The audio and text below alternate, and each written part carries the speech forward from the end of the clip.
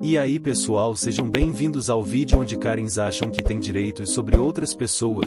Caso você tenha uma história interessante, escreva nos comentários que ela poderá aparecer no próximo vídeo.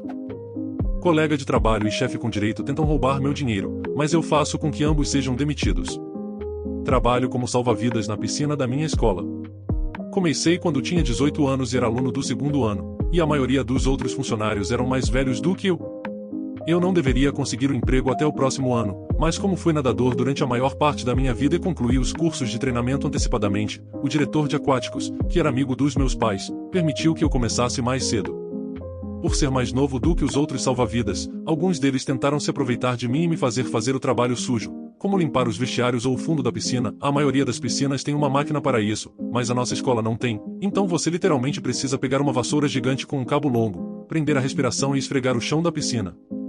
No começo, fiquei feliz em ajudá-los porque queria estar do lado deles, mas depois de um tempo ficou claro que eles estavam apenas me usando.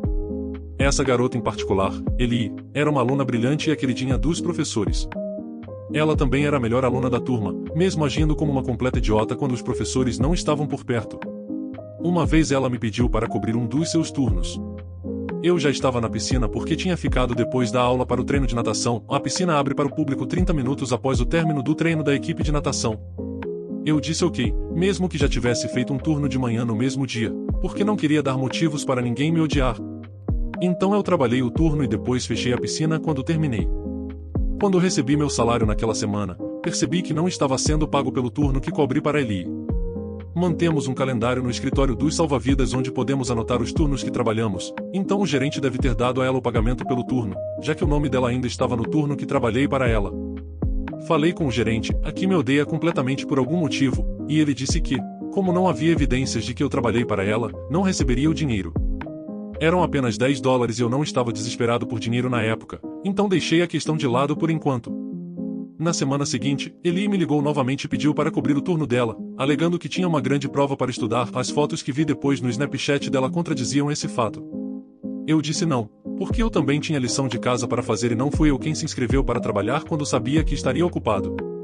Eli apenas disse, acho que teremos que fechar a piscina esta noite se ninguém for trabalhar então.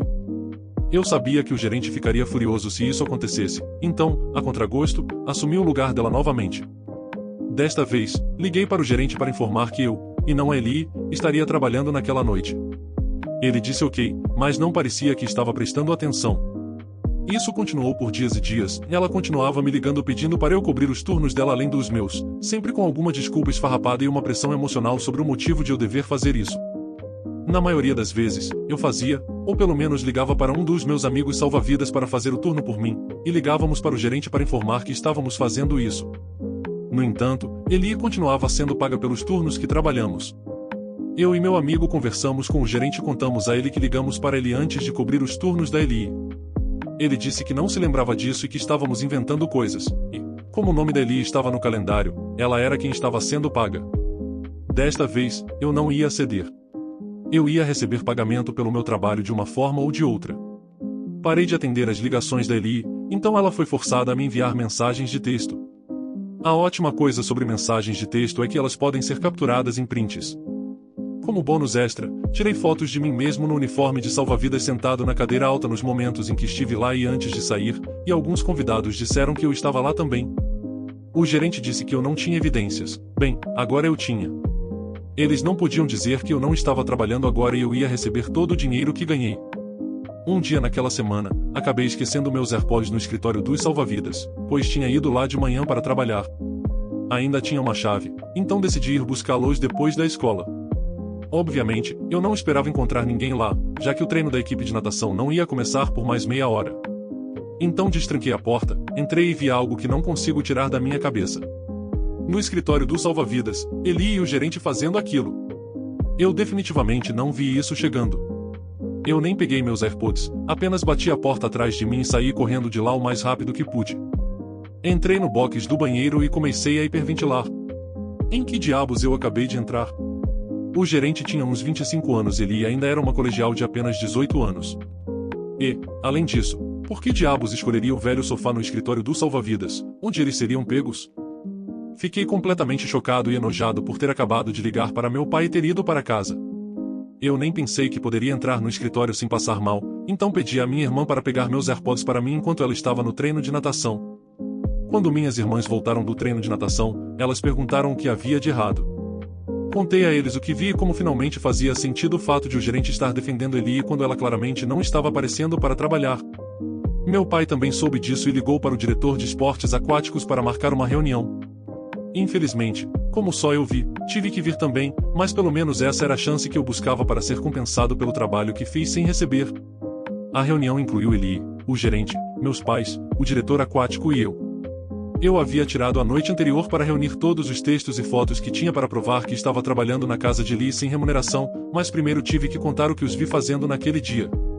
Isso por si só foi o suficiente para fazer com que o gerente fosse demitido por ter um relacionamento com um aluno, mas eu ainda não havia terminado. Eu queria que Lee pagasse por todas as vezes que ela me fez de idiota e se aproveitou da minha gentileza. Bem, eu cansei de ser legal e não ia deixá-la escapar facilmente. Eu consegui encerrar a reunião e fazer com que tanto o gerente quanto Ellie fossem demitidos. Eu simplesmente amei ver a expressão deles quando uma garota de apenas 18 anos foi o motivo dos problemas deles. Eles acharam que ninguém acreditaria em mim, mas o diretor levou tudo o que eu disse a sério. Não recebi pagamento por todos os dias em que trabalhei para Ellie, apenas pelos que tinha evidências, mas ainda considero isso uma vitória. De agora em diante, faço questão de escrever meu nome com caneta permanente no calendário, só para deixar claro. E se alguém quiser que eu trabalhe para eles, deixo-os se meterem em encrenca. Graças a Deus, a escola removeu o sofá do escritório dos salva-vidas. Quer dizer, é triste porque ele era meio confortável, mas provavelmente nunca mais conseguiria sentar nele sabendo o que aconteceu ali. Fico feliz que tenham feito isso para que eu não tenha um lembrete constante do que vi. Agora tenho uma nova gerente e ela é realmente legal comigo, e minhas irmãs também são salva-vidas.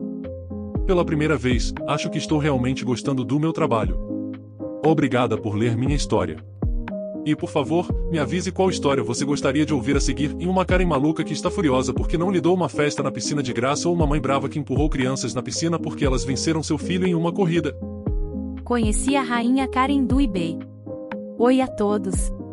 Originalmente, publiquei isso no RMB e também queria compartilhar aqui.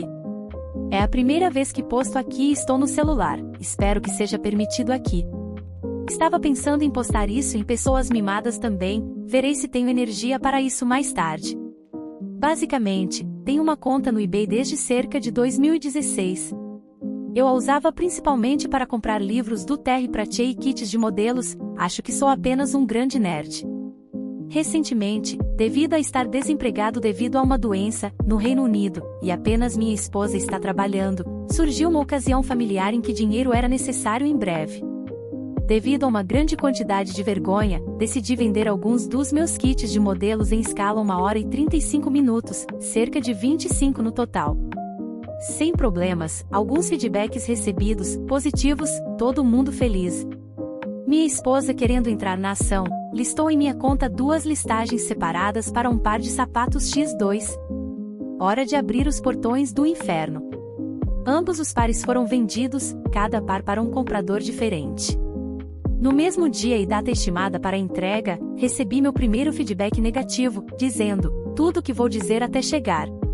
Escrito exatamente assim. Nenhuma mensagem prévia, nenhuma resposta à pergunta se eles de fato já tinham chegado. Silêncio total. Rosto de Pikachu chocado aqui. Literalmente segundos depois, uma mensagem aparece sobre os outros sapatos, de outro comprador. Perguntando se a compra dela já foi despachada? Respondi imediatamente, afirmando que sim, e pedi que ela me informasse se eles chegaram naquele dia, pois ainda era cedo para o correio. Sem resposta. Perguntei a mesma coisa no dia seguinte, recebi uma resposta de que eles iriam verificar após o trabalho. Quero apenas mencionar aqui que o primeiro par custava 2 libras esterlinas e 99 centavos e o segundo 1 libra esterlina e 99 centavos. Além das taxas de postagem de 3 libras esterlinas e 20 centavos para a segunda classe. Mais tarde naquela noite, recebi meu primeiro gosto do veneno da rainha Karen. Ela usou sua cota de 1000 palavras para me dizer que o tamanho errado foi anunciado, um tamanho do Reino Unido em vez de um 7. Percebi que isso parecia ser verdade, já que minhas fotos no eBay claramente mostravam um grande e gordo 5 ali. Culpa da minha esposa por não verificar. Então começaram os abusos. Essa compradora passou a usar letras maiúsculas, pontos de exclamação e emojis para me dizer que os sapatos estavam fedidos e o que era pior, ela abriu o pacote na cozinha. Oh, o horror! Agora, antes de prosseguir, os 2 pares de sapatos foram comprados no ano passado pela minha esposa, para uma viagem que foi cancelada devido à Covid. O par que a rainha Melga comprou eram sandálias, tipo chinelo. Acho que são chamados de slides. Feitos de plástico. Limpos impecavelmente inspecionados em busca de manchas, odores, demônios ou marcas de pneus antes de serem embrulhados e enviados. De qualquer forma, a senhora K disse que não queria tocá-los novamente, continuou dizendo que se absteve até agora de deixar qualquer feedback, dependendo de como eu resolveria essa situação. Respondi que estava disposto a aceitar devoluções e reembolsar conforme a política do eBay, mas, como acreditava que suas palavras eram ameaçadoras, também entraria em contato com o eBay. Eu não negocio com malditos terroristas. Desde então, recebi 3 diatribes completas, me chamando de todos os nomes possíveis, questionando minha saúde mental. Fui informado de que tenho que acreditar nela, pois ela é uma vendedora poderosa, com 4 itens à venda. Ela tem 100% de feedback, então o que ela diz é verdade. Possui feedback de 98 compradores, principalmente roupas, através de uma pequena investigação. Ela me acusou de chamá-la de mentirosa, mas eu não fiz nada disso. E como ela é melhor do que eu jamais serei, pois é abençoada, mãe e profissional. Uma profissional maluca, eu diria, mais tarde a ser convencido. Ela não pode enviar os sapatos ofensivos de volta, pois os jogou fora. Em todas as mensagens dela, ela se contradiz, nega ter dito certas coisas, projeta problemas que claramente tem e tenta muito me deixar confuso. Eu sou velho demais e experiente demais para aguentar seus acessos e merdas. E aponto calmamente as falhas em sua lógica, com as quais ela discorda, pois os peidos dela cheiram a rosas e, sem dúvida, ela faz xixi em Prosecco. Finalmente, digo a ela que estou cansado de seus desperdícios verbais e informei o eBay sobre as mensagens recebidas através do hub do vendedor. Bem, como último tiro final, ela usou seu limite de palavras para deixar um feedback negativo, repetindo as mesmas besteiras, mas com comentários mais curtos. Eu acho isso hilário e estou feliz por finalmente ter uma história para contar no Reddit. Minha mãe de direito não me deu meu diploma porque eu não dei uma rosa para ela. Oi pessoal, tentei postar isso nos grupos Pais Superprotegidos RIR criado por narcisistas, mas ambos os lugares dizem que não posso postar lá por algum motivo, então estou postando aqui, já que vocês foram tão doces e solidários no passado, e minha mãe é tecnicamente uma pessoa muito superprotegida. Antecedentes, eu tive uma criação estranha em uma seita que tentei explicar algumas vezes, mas é tão complicado que não consegui resumir o suficiente e tive que apagar. Acho que vou me limitar a essa história por enquanto e se você quiser saber mais sobre o que minha família acreditava, pode fazer perguntas nos comentários e eu posso respondê-las. Mesmo assim, essa história vai ser longa e louca, então, prepare-se. Minha mãe era o que se chama de narcisista dissimulada. Isso significa que ela era super doce e maravilhosa sempre que havia outras pessoas por perto, mas em casa, suas verdadeiras cores apareciam e ela exigia que o mundo girasse ao seu redor. Parte do que acreditávamos exigia que nossa família tivesse o máximo de filhos possível e, como filha mais velha, era meu trabalho cuidar de todos eles. Eu planejava as refeições, cozinhava, limpava e até ensinava meus irmãos mais novos em casa, enquanto tentava fazer meu próprio estudo. Minha mãe não me deixava estudar a menos que todas as outras tarefas domésticas estivessem feitas primeiro, então, consequentemente, eu estava muito atrasada. Eu tirava boas notas em tudo, exceto em matemática, e um dos meus tutores até me disse que eu tinha talento para uma carreira específica, mas eu disse a ela que nossa religião não acreditava que as mulheres trabalhassem fora de casa, mas agradeci o elogio. Quando chegou a hora de eu me formar no ensino médio, nossa igreja organizou um grupo de nós, estudantes educados em casa, que estavam se formando ao mesmo tempo, e organizou uma cerimônia como as das escolas regulares.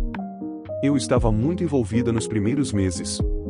Ilustrei um livro de receitas que estávamos vendendo e participei de todas as arrecadações de fundos, mas depois de um tempo, decidi que não concordava com muitas coisas que o grupo estava fazendo e perguntei aos meus pais se eu poderia desistir do projeto e ter apenas uma pequena cerimônia em casa, como sempre conversamos.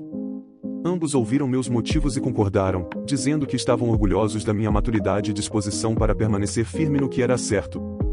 O dia da formatura chegou e fomos apoiar nossos amigos. Durante a cerimônia, cada aluno entregou uma rosa e abraçou sua mãe no palco. Foi muito emocionante. Eu não tinha motivo para acreditar que havia algo errado até voltarmos para casa. Minha mãe imediatamente me chamou de volta para o quarto dela. Meu pai estava lá, mas ele não era realmente o líder em nossa casa, então ele não disse nada o tempo todo. Minha mãe me disse que estava humilhada quando viu que todas as outras mães receberam rosas e disse que eu a traí, privando-a da honra e do reconhecimento que ela merecia por me ensinar tudo o que eu sei. Suas palavras exatas foram: uma cerimônia de formatura não é sobre os alunos. É sobre os professores e o quão duro eles trabalharam para levar esses alunos aonde estão hoje. Eu não ousei contradizê-la, mas na minha cabeça eu estava pensando: do que você está falando? Você não tem sido minha professora desde que eu tinha 11 anos. Ela sempre apenas comprava livros para mim e era isso. Eu tinha que arranjar tempo para lê-los, fazer as provas e me dar notas sozinha. Ela até me fazia repetir as provas várias vezes até eu tirar um A. Com matemática, isso significava tentar e falhar muitas vezes. Eu nem sabia que a nota de corte real para reprovar em uma prova era um D até eu me casar e sair de casa.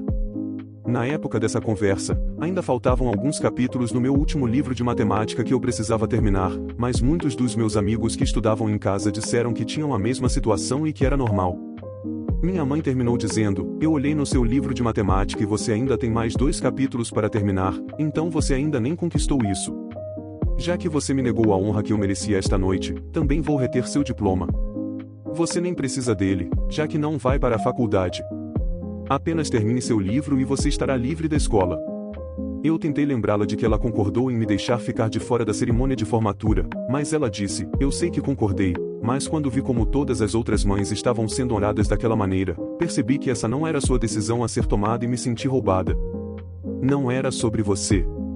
Era sobre mim, como sua mãe e sua professora. Pedi a ela que pelo menos não contasse a ninguém que eu não tinha um diploma, e ela disse o que sempre dizia quando eu pedia esse tipo de coisa: se você não quer que as pessoas saibam o que você fez, não faça. Ela me dispensou e corri para o meu quarto e chorei. Eu estava envergonhada e preocupada com o que meus amigos pensariam se descobrissem, mas não pude ficar no meu quarto por muito tempo, porque minha mãe logo percebeu que eu tinha ido embora e me chamou de volta para fazer o jantar. Ela nunca aprovava que alguém expressasse emoções. Nos próximos 12 anos, guardei cuidadosamente meu segredo de que não tinha um diploma, e até mesmo meu marido não sabia, até que um dia meu pai me ligou. Ele e minha mãe tinham se divorciado quando ela o deixou e deixou todos os meus irmãos por outro homem naquele ano. Depois que o drama se acalmou, toda a família ficou muito mais feliz sem minha mãe por perto, e meu pai estava organizando todos os arquivos antigos, colocando tudo em ordem para a nova vida deles, quando ele encontrou algo que achou que eu gostaria de ter. Era meu diploma e meu histórico escolar do ensino médio. Ele me enviou uma foto de ambos e eu simplesmente desabei chorando ali mesmo, no telefone. Espero que você tenha gostado. Compartilhe, se inscreva no canal para não perder os próximos vídeos.